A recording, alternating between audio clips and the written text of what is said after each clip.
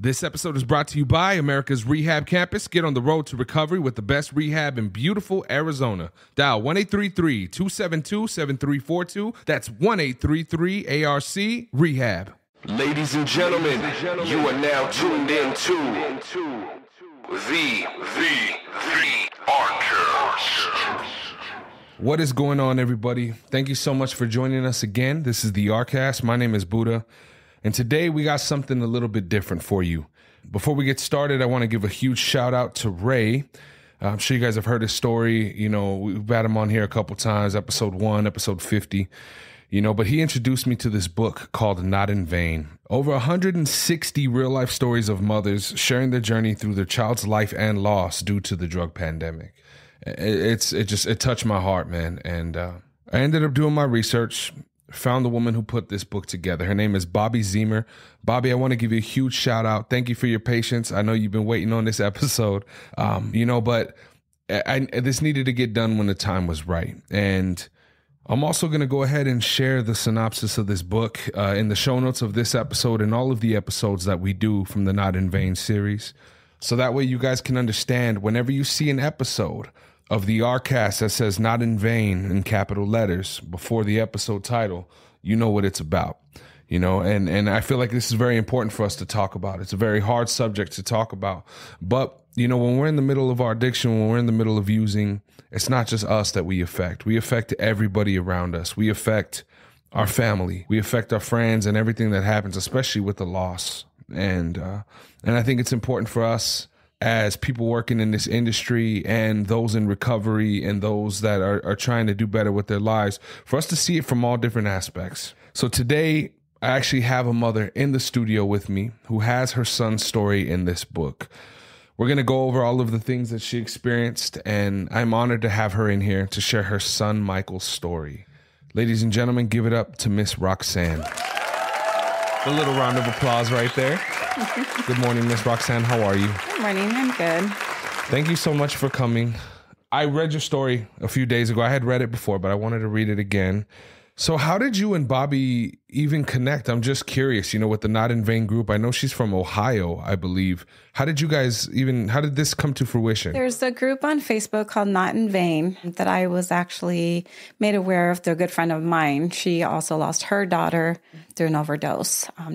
Completely different story, but she told me about this group. She knew that I had just lost my son, and she recommended that maybe I join the group. And so I felt like I needed that extra support. So I joined it, and that's how I started to meet all the other mothers and Bobby Zemer. Have you met Bobby in person? I have not met her in person. No. Yeah, I'm looking forward to hopefully getting her on here soon. Shout out to Bobby. You know, I know you're out there listening, my friend. I know the Lord is working through you. Can't wait to get you on here. But Miss Roxanne, you know, please, let's talk about your son, Michael. I want you to introduce him to the world. What can you tell us about him? My son, Michael, was born March 5th, 1993. 1993. About being 8.5-pound baby boy. Ooh. Big boy. Wow.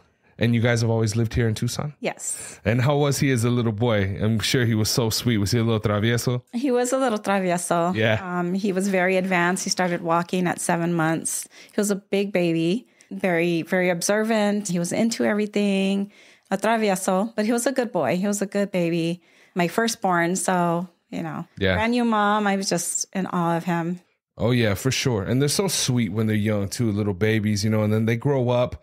You know, Roxanne, I'm so curious. How was it for you once he got to that age, you know, when you first started noticing that the innocence was going away? You know, he was dabbling in different substances, doing little things he shouldn't have been. Well, he was young. When I first learned that he was experimenting with marijuana, he was in, I believe it was 8th grade. And so, you know, by that point in our life, his dad and I had already separated. We weren't together anymore. I was in a different relationship and had a younger daughter. So it was just uncharted grounds for me. I wasn't, this is not what I was thinking of when I thought of having a child. I wasn't thinking down the road of, there's going to be drug experimentation. There's going to be alcohol. There's going to be, you know, girls or anything like that. I didn't think of that. So when I first discovered that he was experimenting with marijuana, my first thing was looking back to my younger years at that age. And although I wasn't experimenting with marijuana at that age, I had friends who were. Yeah. And, it was minor back then. It's not like anything today. It was super minor. And I thought, okay, well, they're okay. This is just a bad choice he made. We're going to get through it and we're going to be done with it. But unfortunately, that wasn't it. And I think that is a very scary thing. I remember when, the conversation with my mom, when she found out that I first started experimenting, she told me that it broke her heart. Looking back as a kid, I had no business doing some of those things, but I don't know, especially for a little boy, I think too, at least for me, my dad being a Rolling Stone and doing the things that he did, there was a hole that I felt like needed to be filled, right? So it was like having to find any type of male influence, not knowing whether they were good or bad, just somebody to kind of fill that void. And a lot of the friends and stuff that I spent time with growing up in my youth were those people that, brought those types of things into my life. And, Right. When Michael first started experimenting, it was just, like you said, it was like a minor thing. It didn't really get out of control right away, right? So did he do good in school? Was he in high school and everything like that? He was in 8th grade at the time, junior high. Okay. And he was doing okay in school. Never really liked school, but he was doing okay. Yeah. It was just, now thinking back, I think it's kind of like what you said. He was looking for some kind of something to fill that void. He was with friends, they were all together as a group. He felt that connection, that support.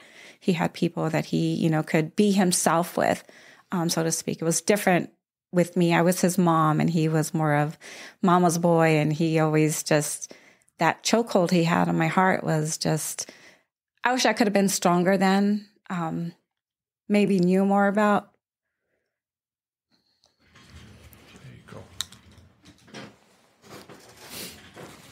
I think had maybe I had the support then from his dad, maybe things wouldn't have gotten out of hand as they did. I think one of the biggest ways that the enemy creeps in is by making us feel that sense of the woulda, coulda, shoulda, like what if, being a single mother. I always think of that song, Dear Mama by Tupac, where he said, my mother made miracles every Thanksgiving. I truly feel like my mom was the angel. And it is unfair at times with a good mom like yourself that you have to play both of those roles, the mother, the father. I'm guessing you were working a lot to try and provide, a single family income. And just me speaking from my heart to you, I will be praying for you too, because I don't think you should feel any type of guilt or anything like that. Ultimately, as young people, we do make choices to do things. But you being a mother that you are and putting in the work, it's hard. It really is hard because my mom, I never saw my mom. She was always working. Mijito, did you do your homework? Yeah. Or, we didn't have homework today or whatever it may be. And then, next thing you know, I'm failing 8th grade. Right. I read in the story that Michael was really into sports as well, that he was pretty awesome at football and stuff like that. When did he start getting into the sports? He was always in sports. As a little boy, he was in soccer. He tried baseball. He didn't like it. It was too boring. It wasn't hands-on enough. Yeah. He liked basketball. He golfed. He had his own golf cart. He'd go to Reed Park golf course and golf with his dad and his dad's buddies. He was really good at everything. Anything that he tried, he was really good at. He just did not like baseball. It was too boring. Football, he absolutely loved. He swore that he was going to be in the NFL one day. And, of course, being raised by a single mom, we had limited income. Yeah. So he always said, when I'm in the NFL, I'm going to buy you a house. I'm going to buy you a car. Basically, he was going to take care of me. And that just, to me, that was who Michael was. He was a good person. He was always thinking of others. And, I was super proud of him. He did really well. Ironically, the coach that he played football for at Cienega High School is actually my boss now.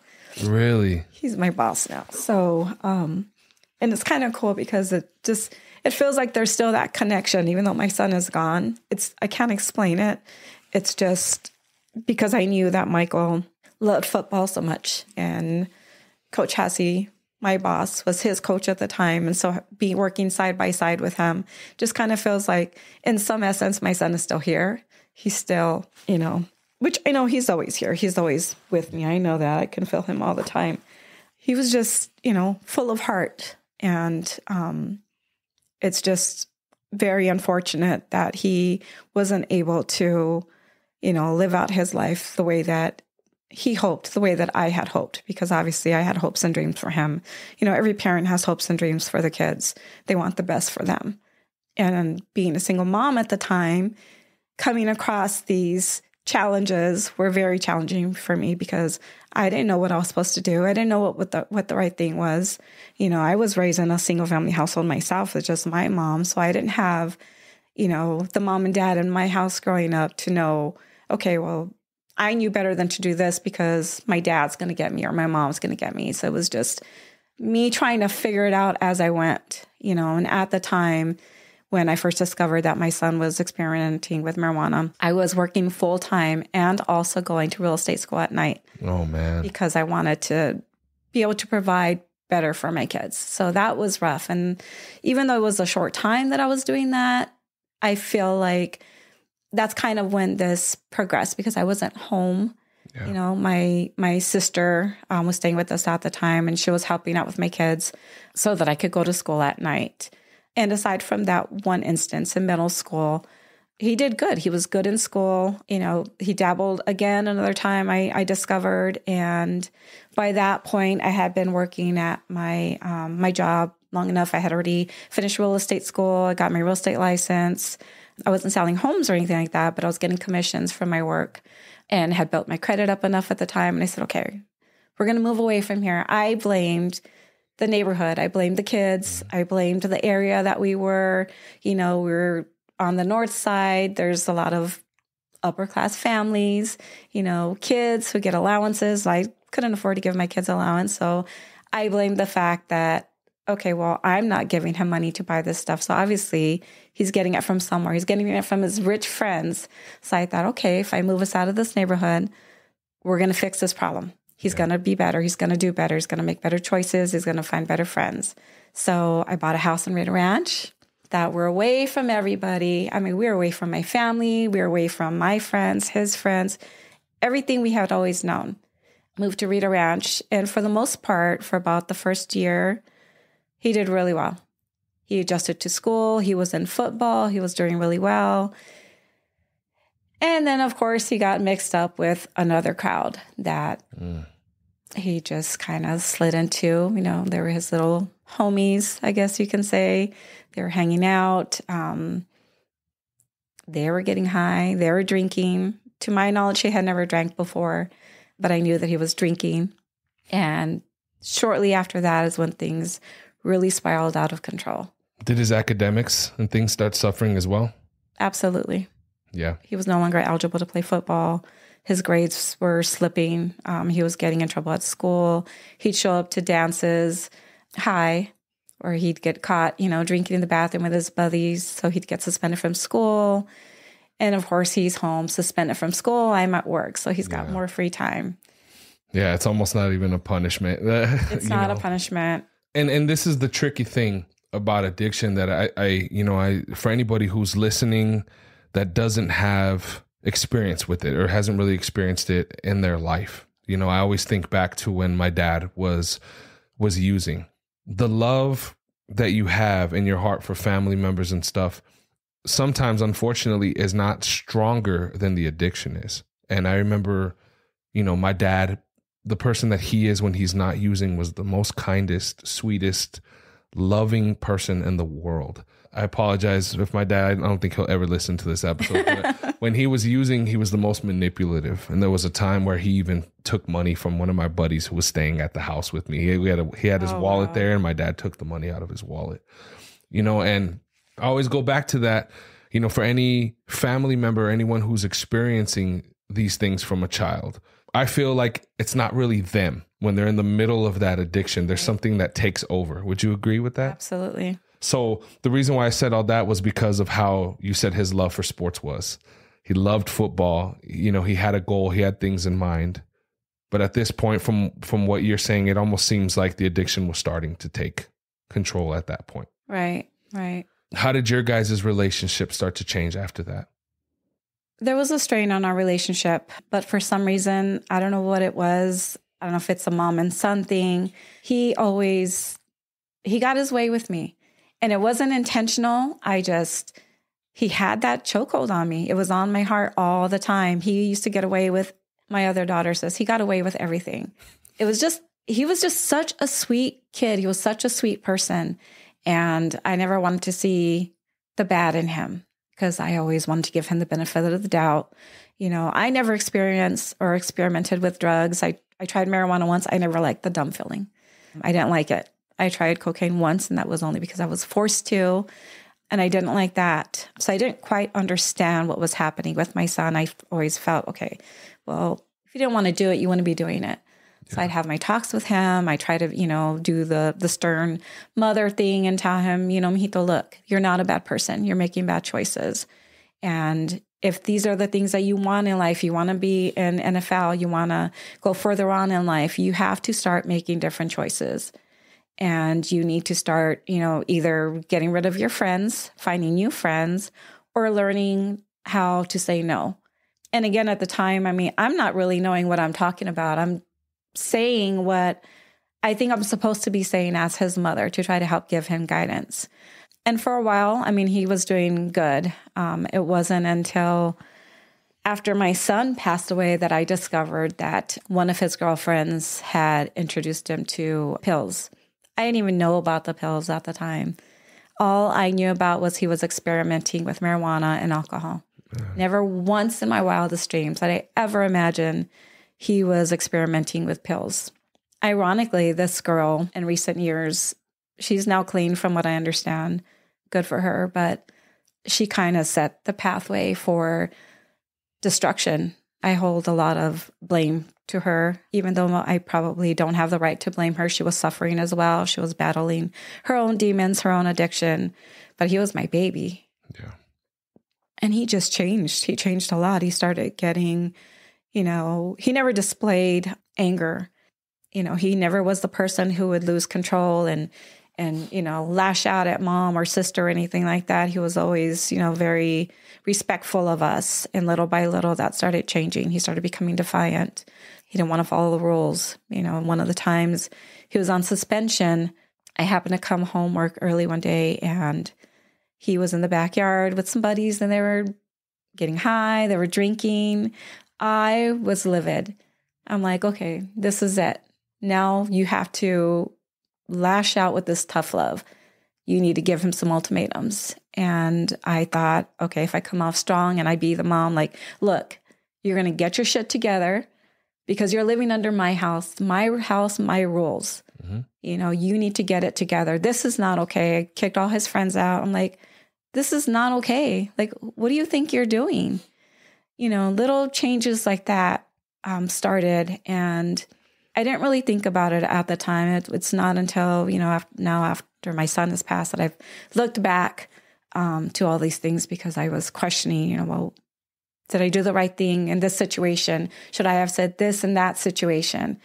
And thinking back, at that point, and I didn't realize it, he was already on that path where he was changing, and whatever he was on, the pills, the marijuana, the drinking, whatever it was, already had a stronghold on him. He was functioning. He was doing, for the most part, what he needed to do when he wasn't getting in trouble or when he wasn't suspended.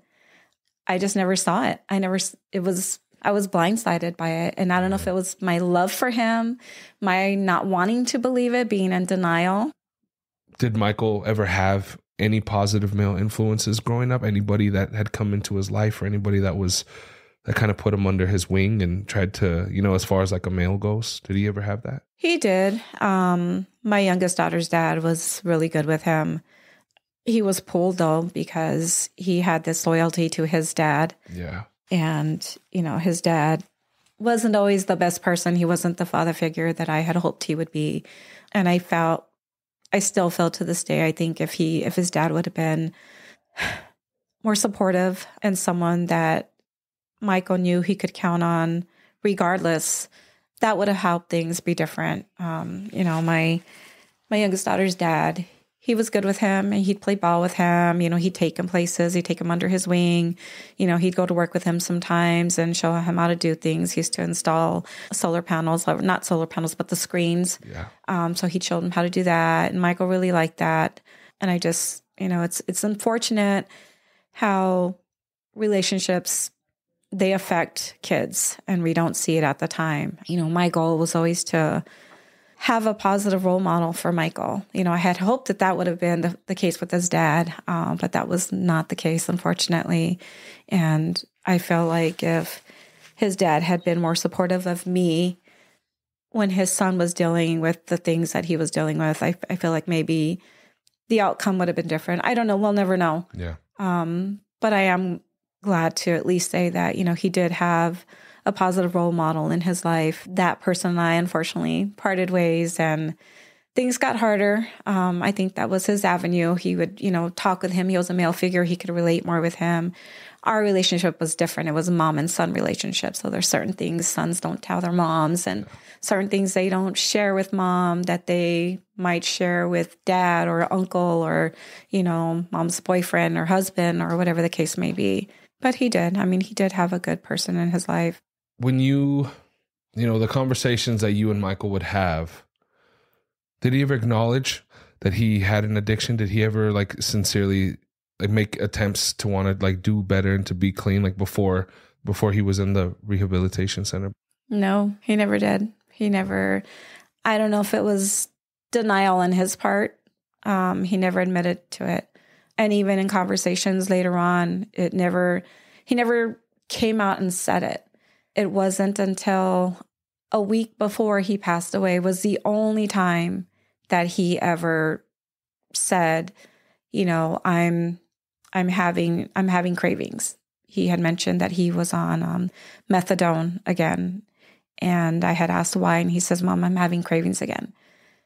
That's the only time he's ever admitted to it. Okay. And I don't know if it was shame. He didn't want to admit that to me because, like I said, our relationship was it was always different. It was always more of a sacred ground, I guess you can say. He never wanted to admit to me that he was doing something that he shouldn't do. Did you know without a doubt, that he had gotten into worse things, or was there still that sense of denial from you, thinking, because I remember a part of the story that stuck out to me, knowing Miss Madera and how sweet she is with the TV situation with him, getting rid of your television and stuff. What did you think was going on with your son at that time? At that time, I was under the impression that he was heading towards a better path. He told me that he was, adamant about doing good in life. He wanted to get a job. He wanted to be like a normal person. Yeah. Go to job, go to the gym, come home. He loved the gym. He wanted to be like a fitness trainer. He knew because he had dropped out of school. He, unless he went back to school and got his GED, did something, the NFL that wasn't even an option anymore. So he knew he had to be a normal person, going to work every day, doing what he needed to do. And so when that situation happened where he took my TV, I was blown away. I never thought in a million years that my son would do something like that to me. And not just me, but that TV was the TV my youngest daughter would watch her favorite cartoons and movies on. I was just heartbroken for her. What was she going to think when she sees that we no longer have a TV? I was heartbroken for her. She's so innocent and she didn't deserve that. She wouldn't understand why we didn't have a TV anymore. And what were you doing for yourself? Was there a routine or anything that you were doing to try and keep your sanity going through all of that, experiencing all of that hardship? Well, I worked full time. I had my youngest daughter who obviously has disabilities, so she keeps me busy. But unfortunately, when she'd go with her dad on the weekends, I would drink. I started drinking.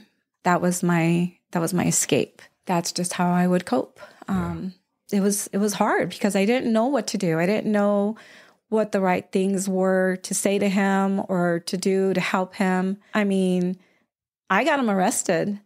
I reported my TV stolen. I told the police my son took it. He was staying with me. He didn't have a key. He did exactly what I told him to do.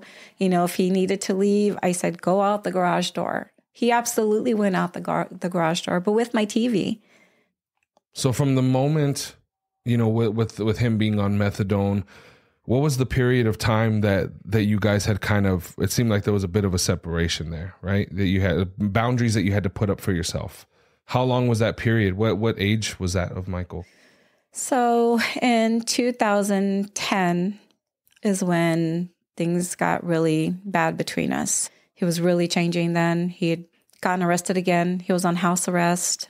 He was a minor, so he was still living at home. He had snuck out of the house one night. I discovered it. And so when he tried to come home the next day, I would not let him in. I said, no, you have to accept the consequences of your actions. You chose to leave this house knowing you're on house arrest. So deal with it. I've already contacted your probation officer. And by that point, I knew I couldn't be the poor mom story. I couldn't be the, oh, my poor baby thing. It was time that I needed to put that tough love in action. And I did. I was adamant. I did not let him in my house. Well, he was angry. He got very angry. He pounded on the front door. He was kicking my security door in. He went into the backyard, and he had a huge weight set in the backyard that I had gotten for him off a friend of mine because he loved to lift weights. And because I wouldn't open the door, he threw a huge weight through the sliding glass door, and it shattered. The weight slid from the sliding glass door to where my youngest daughter and I were sitting. She was sitting in her high chair. I was feeding her breakfast that morning, and it literally missed her by maybe a couple of centimeters. Oh, man. Had that weight hit her, he would have killed her. That was it. I was done. I just said, this is not my son anymore. I don't know who this person is, but I'm done. We're not doing this anymore. I'm not going to give him the pobrecito thing anymore. Yeah. And that's it. I put my wall up and I said, that draws a line. You could have killed your sister. And I don't even think he really understood the severity of that, the possibility of that at the time. He took off that day. He was on the run, obviously, because he was on house arrest. He had, violated his probation. He was on the run. I arranged with his probation officer to set him up. I'm his mom, and I set him up. But I felt that that's what I had to do at the time to help my son, because he was no longer my son. He was doing things that my son would never do if he was thinking straight, if he was in his right mind. Yeah. So I absolutely set him up. He got arrested. It was like a major cop series. No joke. There was helicopters everywhere in my sister's apartment complex, police everywhere. It was like they were looking for a serial killer. It was crazy. It was so crazy, but I felt like I was doing the right thing. This is what needed to happen to get my son back on track. And I thought for sure, this is what's going to be it. This is going to set him back on track. And that's not at all what happened. Was there a sense of peace as well, knowing that when your son was arrested, he was safe? Absolutely. I knew that he had a roof over his head. I knew he had food. I didn't have to worry about him being in an alley somewhere or, God knows what else. But I did have a sense of relief. And that was challenging too, because I felt like the most horrible person. I felt like the most horrible mother. But I thought, no, I had to keep thinking back to that situation with my daughter. I said, no, because she can't defend herself. With her having cerebral palsy, she can't protect herself like you or I could. Yeah. And she wouldn't be able to move out of the way in time if something like that happened again. God forbid it would happen again. Yeah. I had to keep reminding myself that in order to keep my strength. That's what gave me strength, because I had to take care of her. I had to protect her. I tried with him and it wasn't working. Things were out of control at this point, but I had her. I had a duty to her to protect her. Yeah. So when push came to shove and he was getting released from juvenile detention center, I refused to go and pick him up. I absolutely refused. Obviously, CPS was called. They threatened to file neglect and abandonment charges on me. And I said, go for it. I have a duty to my youngest daughter. She's my priority right now. He's in your hands. You handle it. I've tried, and I don't know what else to do to help him. So you need to figure it out. I think at that point, what else can you do? You don't have the support that you need to be able to, I mean, with your daughter, that's extra love and support that you have to give her, TLC, to make sure that she's okay. You're taking care of somebody who can't take care of themselves. You need that support yourself as a team to come together and to help. You know, it's like they say, a village. It takes a whole village, you know, and as hard as it must have been for you to have to do that, it was something that you had to do to keep your sanity and to keep yourself safe, and to hopefully throw some tough love on your son and make him realize, hey, you know, this is not the route that you should be heading down. When is enough enough? After that happened, did you and Michael talk for a while? No, we didn't. I didn't go visit him in jail.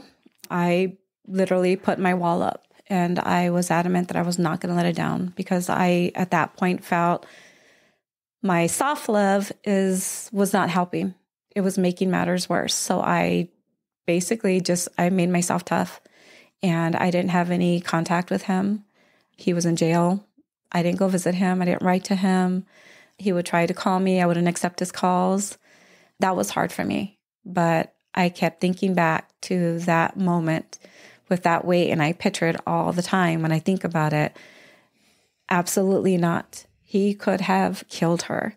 Yeah. And then what? If I give him another opportunity to lash out like that again, what's going to happen? Is he going to kill me? Is he going to kill his sister? I didn't have contact with him, because that was the only way that I could stay strong. Because I knew that if I went to see him in jail, my wall was going to crumble, because he was still my baby. You know, and it's a weird thing with the mom, is it's almost like your kids can never do wrong in your eyes. To society, they can be the worst person ever. They can be the biggest criminal. But to a mom, you can never do any wrong in your mother's eyes. And I learned that about myself. I knew that I was weak in that aspect. And so I cut him off. I would hear from, family and friends that he was out of jail. He was staying with his dad. Of course, I would ask, how is he? Is he doing okay? Yeah, he's doing okay. He's working with his dad. I'm thinking, working? His dad's never worked a day in his life. But okay, maybe there's a first for everything. Yeah. So, I figured, okay, well, if he's not in jail, then he must be doing good. And lots of years went by. I probably lost about 4 years off and on. I'd have maybe a short conversation with him on the phone when he would go to his grandmother's house. His nana would tell him, you need to call your mom. She's your mom. You need to talk to her and at least let her know that you're okay. And so we would talk for a few minutes, but it was not the same like it was in previous years. It wasn't the same kind of conversations we would have. He was distant, and I got it. I understood. I set him up. I'm his mom. Like, what mom does that? Yeah. But at the same time, there was a reason why I did that. And I don't put any blame on you for having to do what you needed to do. The only thing that I could think of is a mother's role in a child's life, whether it's a son or a daughter. But I think it's even more special for a little boy, is that you see them when they're so young and they're so innocent, all of the little things that they do. Only a mother could smack you upside the head and then the same baby comes right up to you for the same coddling and love, And even as our kids get older and they start making these bad decisions and doing things that they shouldn't be doing, you can still look into your child's eyes and still see that innocent little boy or that innocent little girl that's just lost and trying to navigate through life. And if there's anything I could say, like I said, from my heart to yours, would be, don't ever hold on to that, because you did what you needed to do. Right. And I don't think any mother or father should ever be put into that position in the first place, where they need to make such drastic changes and cut and do things like that, But the love that you have is it's an unconditional love. It even talks about that in the Bible. Love conquers all things, right. So I don't necessarily see it as a weakness. I just see it as a mother who loves her son. That's the way that I see it. For anybody listening that is in active addiction, this is one thing that I tell people all the time. Don't think because of the strained relationships with your parents that you may have due to your addiction that things can't be mended and fixed. If I was to ask you, Miss Roxanne, if you had saw that your son had done better and changed his life around and was actively trying to be a better son and to, to do the things that he needed to do, those bridges that were once burned and those walls that were once up would have gone down in a heartbeat. Absolutely. That's one thing that I really want to stress to anybody listening is if you have a support system that's had to cut you off for whatever reason because of the act of addiction, it does not mean that once your life is changed and that effort is made, that those bridges can't be mended again. You could fix any relationship in your life, man. You really can. You just got to get rid of the addiction first. The addiction can't be in the front seat. It can't be the one driving. Right. That's just one thing I really wanted to stress because I feel like that's one thing that we deal with a lot is people deal with shame and guilt of, I hurt my mom, I hurt my father, I hurt my sister or my brother. But it really is one of those things. It's like you can't clean a mess if you don't see it. And I think a lot of people have a hard time grasping that when they're under the spell of the addiction, that it's not them in the front seat. Right. It's something else that's taking control. The question I wanted to ask you is when that conversation with you and Michael getting clean and coming to the facility that he ended up going to, was there a conversation that you guys had together that felt like you were talking to your son again? Like was there a sincerity coming from him that he really wanted to get clean when he came? Before that conversation, yes. A couple years before he passed away, he was in jail again. And when I'd go visit him, we'd have our conversations. And when I would sit down and talk with him, he would actually talk to me about things. And we had, it almost felt like our relationship had restored. I think he understood why I did what I did, why I pushed him away, why I called the cops on him. He got it. And, I explained to him again, this is why I did it, son, because I love you. I'm trying to help you. I don't know how else to help you, but I need you to want to help yourself. I need you to want to do that. I can't help you. You have to help yourself. And he would share with me, that he's tried and he's, trying to do this. And I said, well, son, you need to get help, not a mom's kind of help. You need professional help because I don't know what to do. I'm not experienced in that. And he would say, I just want to be a good person again. I just want to make you proud of me again. And I just want to do all the right things. And by that point, I had discovered that he had a little girl. I didn't even meet her till she was 3. But he would say, I want to be a good dad to her. I want to be there for her. I want to be a good role model for her. And I said, the only way to do that is to get yourself clean and stay clean. That means you need to leave certain situations. You can't hang out with the same people, new places, new people, new things. If you go back to all those same things, you're never going to get out of that rut. And he would always tell me, I know, Mom, I'm going to try. I'm going to do my best.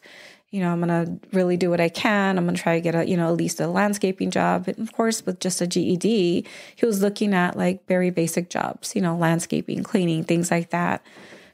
And it was, even though he was behind a glass window, I felt like this was my son. This was my real son that I'm talking to. He had a clear vision on what he wanted. And unfortunately, it was always that way, though, when he was in jail. Once he got out, he went right back to the same people, the same places, and the same things. And he would slip again. And I was always fearful when I would talk with him on the phone because he didn't have a phone.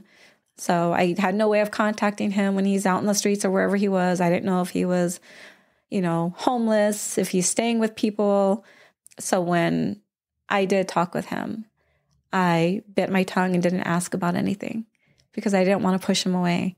I was afraid that if I questioned him too much, he would be, I'm done with this, and push me away, because we had that conversation at one point where he hung up the phone. And then again, I didn't talk to him for months on end. And I'm like, I can't ask him anything because he's going to push me away. And I started learning then that he's the one that absolutely, he had to be the one who wanted to change.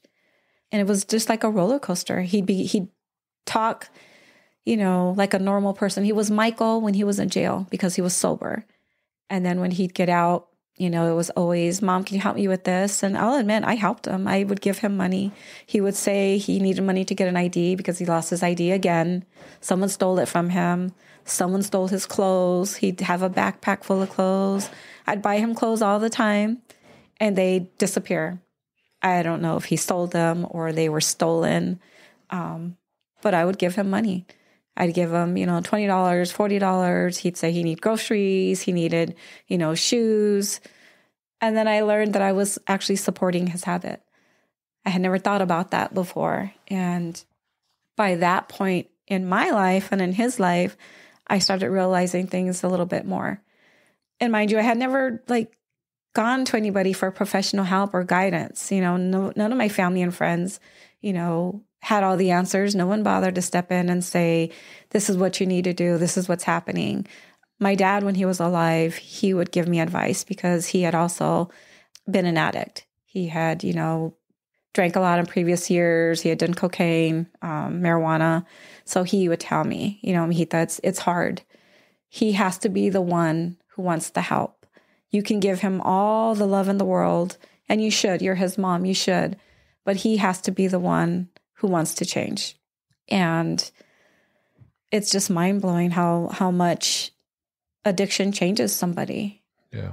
I would see my son one day, and then the next time I would talk to him, I wouldn't even know who I was talking to. There was a time where he had come over to the house, and he had brought his girlfriend. And before that, let me go back just a little bit.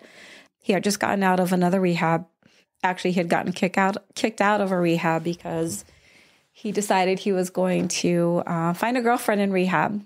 And I told him, son, you have nothing to offer anybody in a rehab. Mm-hmm. You're there to help yourself. Focus on helping yourself. And actually went to go see him. They had a family day. I went to go see him. And he looked really good. He was, talking about all these different things he wanted to do. And he was getting the counseling he needed. They were bringing to light some things for him, or so he said. And I saw this girl, just the way that they looked at each other. I'm like, oh God, here we go again. Because that was the thing with my son. He was quite the charmer. Always had girlfriends. Always had girlfriends. He was always, concerned with how he looked. He was a very good looking boy. He was always working out in the gym. So, girls was never a problem. And before I left that day, it was family day. I remember it was, I don't know if it was, I can't even say a premonition, if it was just some kind of feeling that I had, and I wasn't sure what the feeling was, but I did not want to let him go. I literally held on to him. I just hugged him, and just hearing his heartbeat gave me comfort because I knew that this was my son. This was his heartbeat I was hearing. And, when I left, I had such high hopes for him. I thought, maybe this is it. This is what he needed. But at the back of my mind, I'm like, that girl. It's always got to be a girl. Mm-hmm. How is he going to focus on himself if he's distracted with the girl? Well, sure enough, a few days later, he ended up getting kicked out because he got caught holding her hand or something. Or he says holding her hand. Mom, I wasn't doing anything. I'm like, really, son? You're not there to build a relationship. You're there to get help. So long story short, obviously he winds up with this girl and they're together. They're living in, I don't know if it was her dad's house or a friend's house, but it was such a beat up house. I don't even know if it was anybody's actual real house. They didn't have running water. They had electricity, which amazes me, but it literally looked like an abandoned house. And people were living there. They were living there. So, wow. He'd asked if I could give him some money to buy groceries. And I'm like, I've learned that lesson. I'm not giving you money anymore. I will take you to get groceries. So I did. Picked him up, took him to Fry's, bought him groceries, bought over $100 worth of groceries. And I thought, okay, he's doing good. Had another conversation with him. I'm like, son, what are you doing? Look at this. What are you doing here? This is not you. This is not what life has in store for you. You need to get it together. This is not you. Where are you living? And because of the huge heart that he had, he did not want to leave this girl. He did not want to leave her behind. He was adamant he was going to help her. They were helping each other is what he said. And so there was a time they came over to the house. I'd actually invited. The original plan was I wanted him to come over to dinner. I wanted to just have some alone time and talk with him. And that didn't happen because he brought her with him. So we had dinner. You know, he wanted to take a shower. He took a shower. She took a shower. When she was in the shower, that would have been my opportunity to talk to him. But I couldn't because he was on methadone. And I could see him from the corner of my eye. He'd be kind of like nodding off. And this pit in my stomach, I was like, I hated seeing him like that. It was so heartbreaking to see him like that. And, Ray told me, do you want to go outside and talk to him? And I said, I can't talk to him like that. He's not clear-minded. I can't even look at him right now because it's so heartbreaking. I can't. I wish he could see himself in my eyes. I wish he could see what he's doing to himself. Like, he's on methadone. So basically he's high. It's just a legal high that he's on. And I can't see him like that. So I didn't talk to him. That was my opportunity to have one last one-on-one conversation with him. But I did observe him. He was sitting in the back patio of our old house. And I've always had this thing for hummingbirds. So had a hummingbird feeder under my patio. And it was pretty close by. I was amazed at how close these hummingbirds would come. And he was just watching them. And it just melted my heart of how, like, he was just so amazed by them. He was watching them, and I was thinking, like, what is he thinking right now? Yeah. You know, like, he's just, I know he's appreciating them. He's appreciating, these tiny little creatures, they're just flying so freely, and they're so trusting of him. They were literally the feeder was maybe 4.5, 5 feet away from where the table was with the chairs where he was sitting. And I love that he had that opportunity. I love that he had that moment, but I didn't talk with him about it.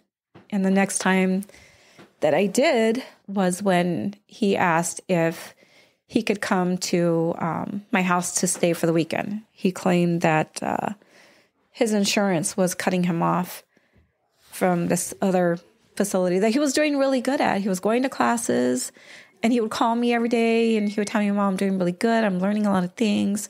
It's really awesome here. Like, I've never been in a place where they actually listen to you. I have a counselor that I'm talking to. And I said, I had such high hopes. I thought, this is finally what he needed. This is a place that he needed. And then to hear that he's getting kicked out, I'm like, how are people ever supposed to make it? How are they supposed to succeed if the insurance companies are kicking them out before they're even ready to be let go? Yeah. And so I had agreed to let him come to my house. I had agreed, and I was excited. I thought, this is going to be our time. I'm going to have my time now to finally talk one-on-one to him. Maybe I can get through to him this time. Was he not with that girl anymore? Well, he was in the rehab, so she wasn't around. Okay. So, he had asked about her if she could come, and I said, absolutely not. I said, I will help you. You are my son. I will help you. You can stay here for the weekend, because he said they had a new place for him that Monday. And I said, okay. And don't get me wrong, a huge part of me was so nervous, because I started thinking back to all these times, like when he took the TV, thinking, gosh, am I going to have to sleep in the living room with him to make sure he doesn't take the TV? And then I hated myself for thinking that way, because I'm like, gosh, Roxanne, like, just give him the benefit of the doubt. But you still always have this in the back of your mind, even though you hate having that in the back of your mind, it's still always the thought. And so, I called Ray after my son and I hung up, and I said, he asked if he could come. He's going to stay the weekend. And Ray said, are you sure that's what you want? And I said, yes, I want my time to talk with him. I want to be able to have our time. And that feeling of hope lasted for a whole maybe 10, 15 minutes, because my son called me back and said, Mom, I just want to tell you something. And I said, what, mijito? And he says, I just want you to know, though, that I'm on I'm on methadone again. Oh my God. That just crushed me. I'm like, oh, why, son? I'm like, why? He's like, Mom, because I'm having the cravings.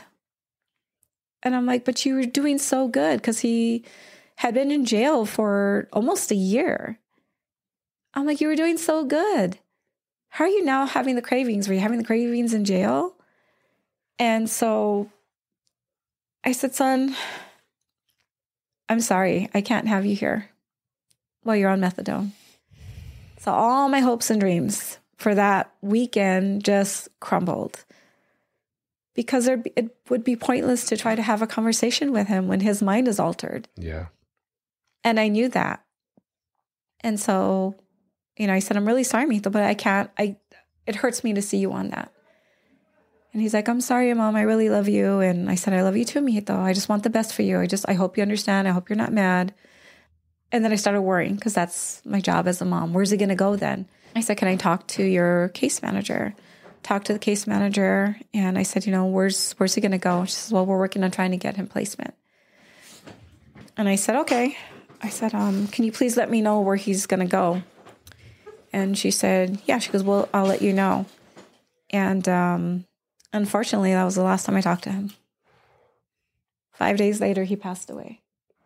He ended up going to a different treatment facility after that? He went to he went to a halfway house. It was an apartment setting. And I had no way of contacting him to see, make sure he was okay or anything like that. But from what I found out after the fact was that, and I never knew this before, I thought that there was, like pretty strict rules and guidelines for the halfway houses. And I just always believed, okay, well, they can't go anywhere. They're going to be there. So what's going to happen? Yeah. Maybe he's okay then. But come to find out, that's not how transitional housing works. They're free to go. They have to be back by a certain time, but who knows what they're doing while they're out there. Yeah. I remember reading the story and you saying that when you got that phone call, or when the police had shown up at your house, correct? I was at work and the police showed up at my house. My sitter was there with my youngest daughter. So she answered the door.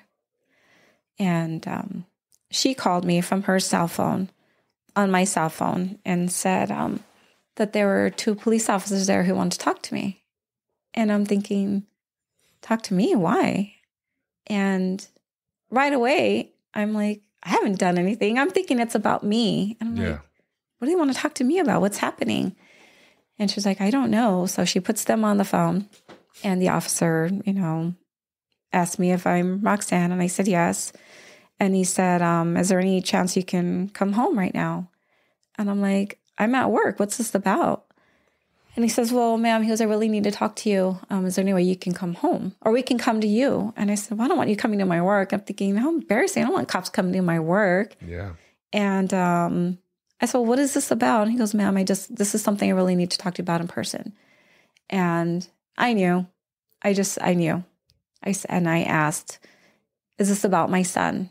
And he said, your son, Michael, yes. And I said, is he okay? And I knew with his response that he was not okay. And he's like, ma'am, he goes, I just really need you to come here. How, quick can you get here? And I'm like, I'm on Broadway and Tucson Boulevard. It's going to take me at least 30 minutes. Oh, man.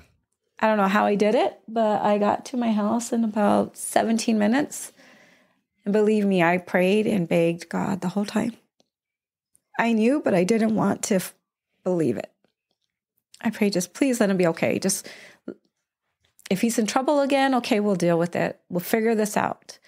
I had called Ray on the way and I told him what was happening. And he was already telling me he's sorry. And I'm like, why are you telling me you're sorry? I was angry at that point.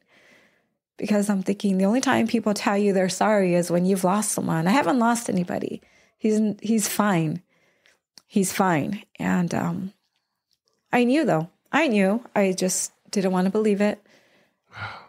Pulled up to my house and pulled into the garage. And both officers, they're 2 separate vehicles, walk up and basically tell me, ma'am, there's no...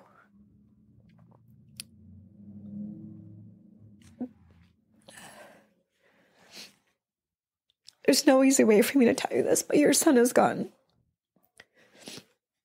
And I just stood there. I didn't say anything. I didn't ask anything. I don't even think I felt anything at the time. I was numb, completely numb.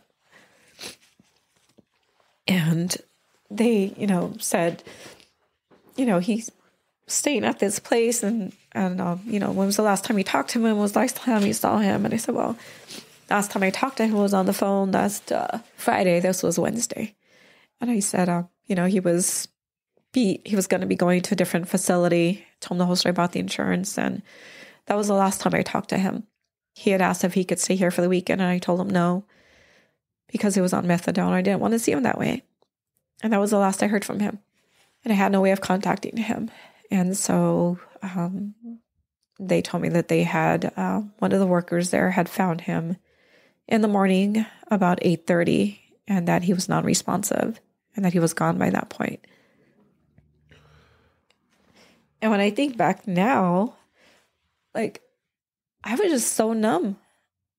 I had never in a million years thought that he would ever die from this.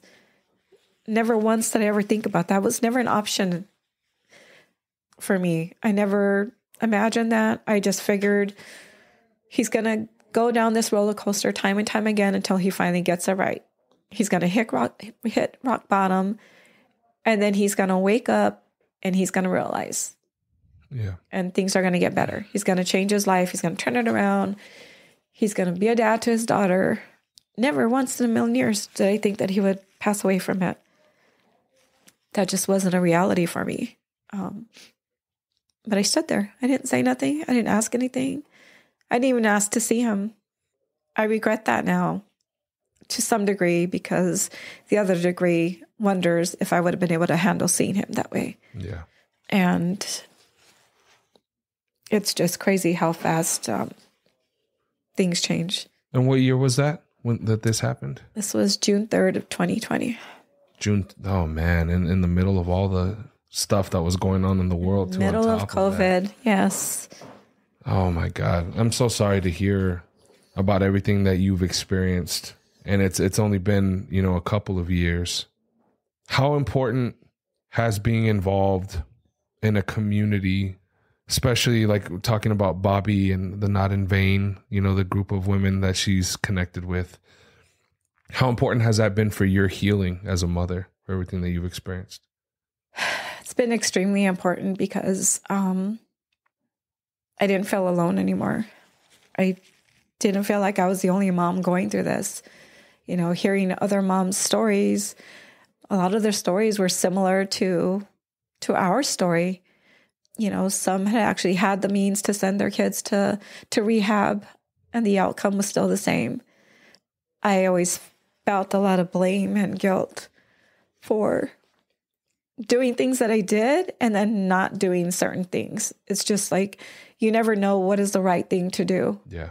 You can love them with all your heart. You can support them with everything that you have, financially, emotionally, mentally, physically.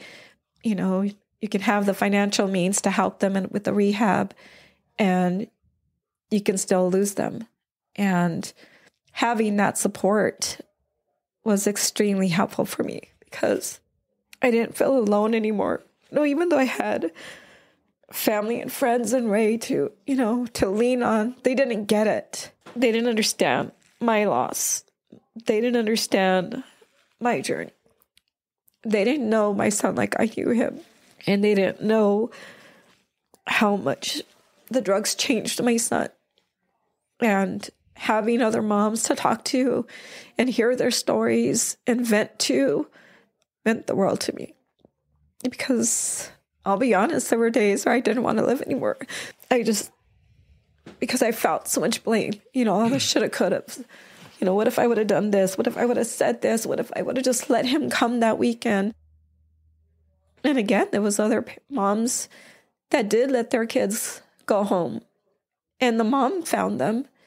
And then I would think to God, how would I have handled that? Waking up one morning and finding him OD'd on my sofa or in the bathroom I don't know if I would have been able to handle that. So I don't know if it was a blessing in disguise, so to speak, that I didn't let him. But still, as a mother, telling your son, no, you can't come here, and then 5 days later, them passing away, that just does something to you. Is it something that you have to actively stay involved in? Is it something that is a constant work that you have to work on every single day of being able to pull yourself out of feeling that way? I'm stronger today. Definitely stronger today than I was, say, 2 years ago. He passed away 3.5 years ago. And today, because I've heard other stories, I've, read books, I've watched movies. Beautiful Boy is one. And that helped me. Just the movie. It's the saddest movie ever. And I could absolutely relate with the characters because the same struggles they went through. And it helped me because I know that I'm not the only parent that went through any of this. There are parents today that are still going through this. Yeah. And they're still questioning themselves. They're wondering if they're doing the right things.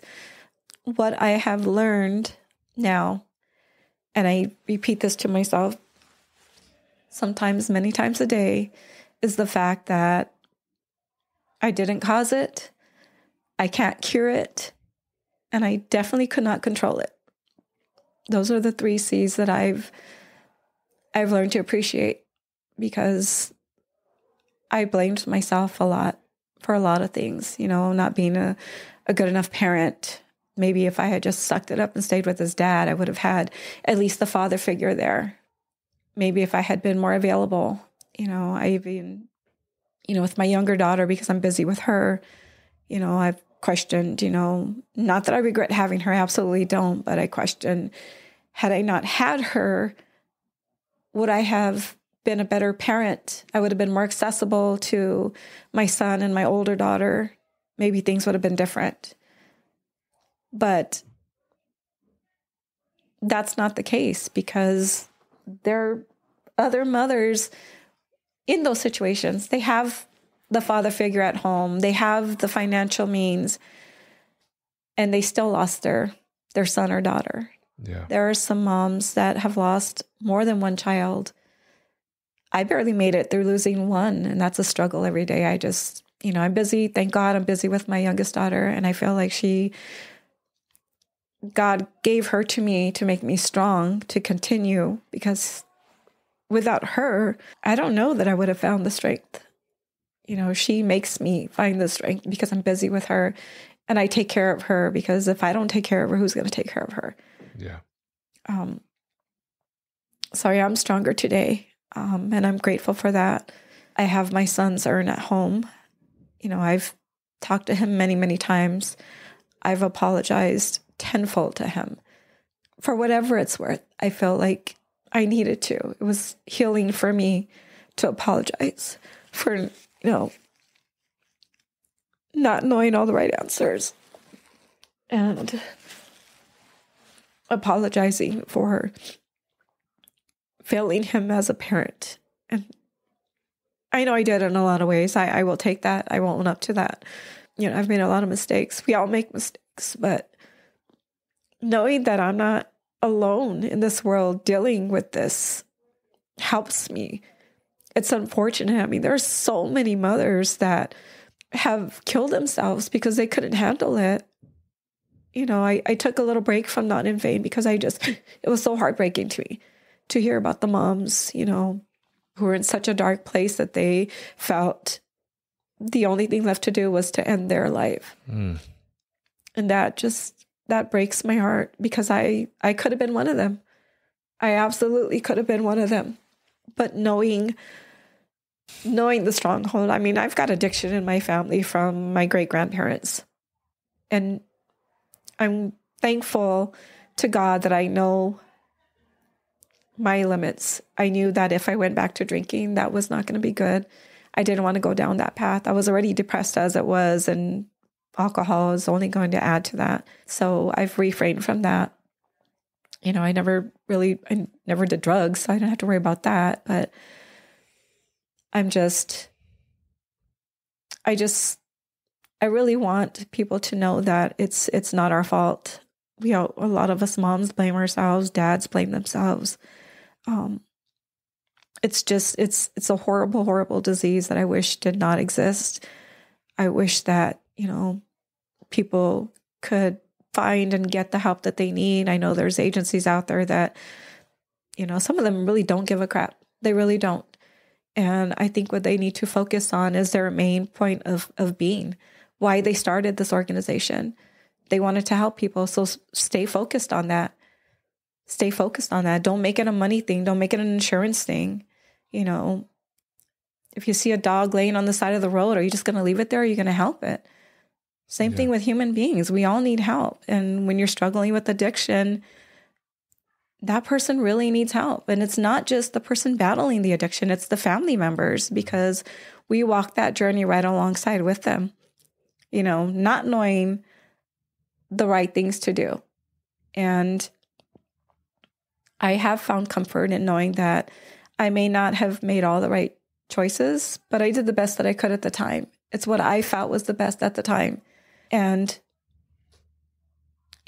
some of my choices helped my son. I got him arrested. He was in jail, so I knew he was safe. I knew he had food. It's a battle. And I just hope that people stop, pointing fingers and the name calling. I can't stand to hear people make comments like, oh, the junkie or the cokehead or the crackhead. It's like, if that was your son or daughter, are you going to be saying that? Yeah. I've grown very defensive of that. When I hear about organizations and how they're, kicking people out because of lack of money or, lack of insurance, it just makes me so mad, because I feel like they need the help. Like, they need someone to steer them in the right direction. I wish we could force people to stay in rehab. I really wish that we could. I wish that was something that was possible, because a lot of times people just, I feel they don't want to follow the rules. And my son was one of them. He didn't like to follow the rules. He wanted to do his own thing. He thought he could handle it himself sometimes, but you can't. Other than, like you said, not holding on to the blame and the shame as a parent that you feel for mistakes that, things that you feel, what other advice could you give to a family member that's experiencing this, a mother or father? It's not your fault. It's not your fault. And like I said, you didn't cause it, you can't cure it, and you can't control it. Stand firm and do what you think is right in your heart. Pray to God. I don't know what your beliefs are, but pray to someone, ask for guidance, stand strong on your decisions. Don't back down. If you tell your child you're not going to help them financially, don't help them financially. It doesn't mean you have to cut them off. You can buy them groceries. You can buy them food.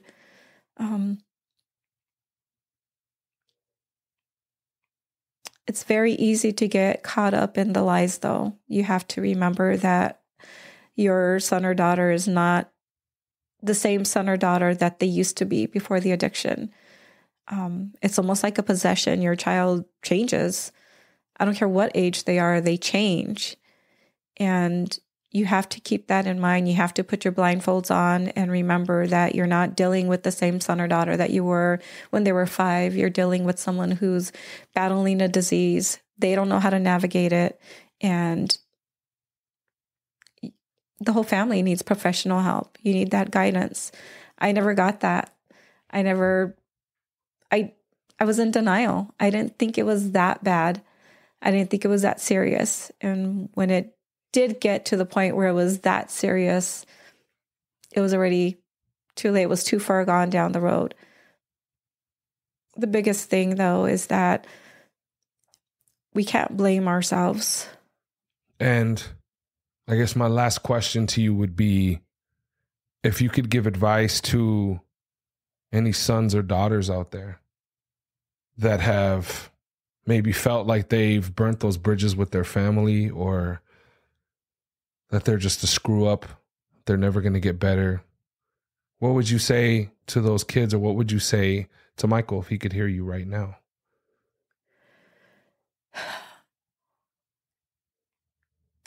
I would say that I didn't turn my back on him because I didn't love him. I would say that I didn't call the cops on him because I didn't love him. I did it because I thought I was helping. I never, ever saw him as a failure. He was never a disappointment to me, ever. I didn't know what to do. I didn't know how to help him. And I never wanted him to think that I didn't love him, that I didn't care about him, that I didn't worry about him. I was constantly thinking of him, always wondering, especially when I couldn't get in contact with him, where he was, how was he? Is he dead? Is he alive? Is he cold? Is he hungry? Does he have clothes? I never wanted him to think that he didn't matter, because he absolutely did matter. Every single person matters. I think that he probably felt ashamed. He probably was embarrassed. He probably felt like he was alone in the world. And that breaks my heart. I never wanted him to feel like he was alone in the world. If I could have snapped my finger and made it all better, I absolutely would have. Absolutely. I know that he felt like he was lost and alone, and that nobody wanted him. And that was never, ever the case. We all loved him. Family and friends, we all love him. He was a beautiful person. He would take the shirt off his back to help someone, always willing to help someone. And I really, really always loved that about him. He was just so selfless. And I don't want anybody who's dealing with substance abuse to think that they're alone and they're not loved. They are. As parents, it's hard for us because we don't know what to do. Parents, our first job is to protect our children. And when we can't protect our children, that's the hardest thing. It's like a huge blow to us. We're supposed to help our children. We're supposed to be able to fix things. And when we can't, it's so devastating. So we do things that we're not sure is going to work. We provide them with money thinking, okay, if we help them with money, maybe they'll stop. Maybe they're really getting what they're saying they're going to get with the money. Help them with, clothes and food or whatever, or even shelter. And we're not constantly looking over our backs because we don't love them or we don't trust them. We just don't know what to expect. We don't know what to expect. And the biggest thing, again, and I'll say this until the day I die, is that I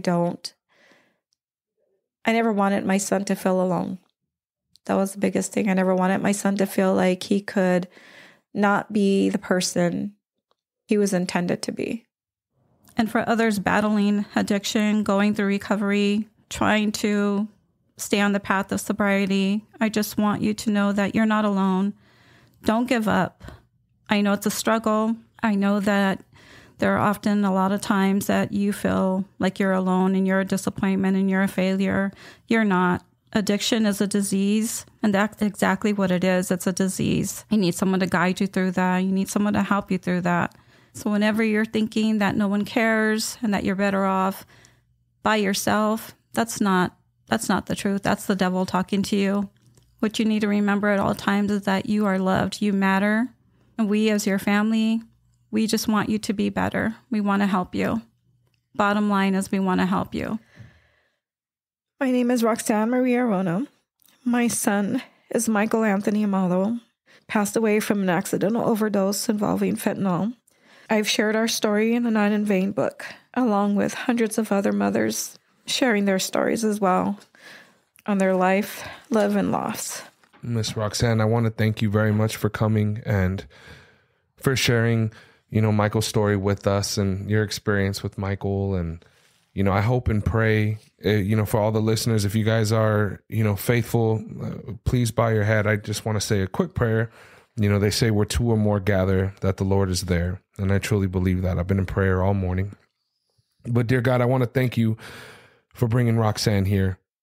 I want to thank you for getting her here safe. And I want to thank you for her story. Send a special prayer out to Michael. all of the loved ones and family members that were affected by the loss of Michael. And to everyone, all the mothers, fathers, children that are out there struggling with this horrible disease of addiction, God. We ask that you put this story in the life of anybody who needs to hear it, and that it offers hope, that it offers peace, and allows somebody to feel okay throughout the day, God, that it helps them push and just continue to live another day of life, God. In Jesus' name we pray. Amen. Amen. What's going on, everybody? This is Buddha from the Arcast, and I just wanted to thank you for checking out this week's episode. It means a lot, and if you could share it with a friend or a loved one, somebody in need in recovery, or maybe somebody who just needs that little bit of extra positivity in their life, we'd greatly appreciate it. If you would like to join us here on the Arcast, either in the studio live or online, hit us up. The links are down in the show notes of this episode, and on there, you can find direct links to our main website here at America's Rehab Campus and all of our social media platforms. Follow us. We keep the posts positive and motivational, focused on recovery, health, and wellness. As you know, in this modern day and age, we need as much love as possible, y'all. And as always, if you or somebody you know is in need of substance abuse treatment, please don't hesitate to give us a call. We're open 24 hours a day, and our direct phone number is 1-833-272-7342. Once again, that phone number is 1-833-272-7342. I hope you all have a beautiful rest of your day. Much love and God bless. Peace.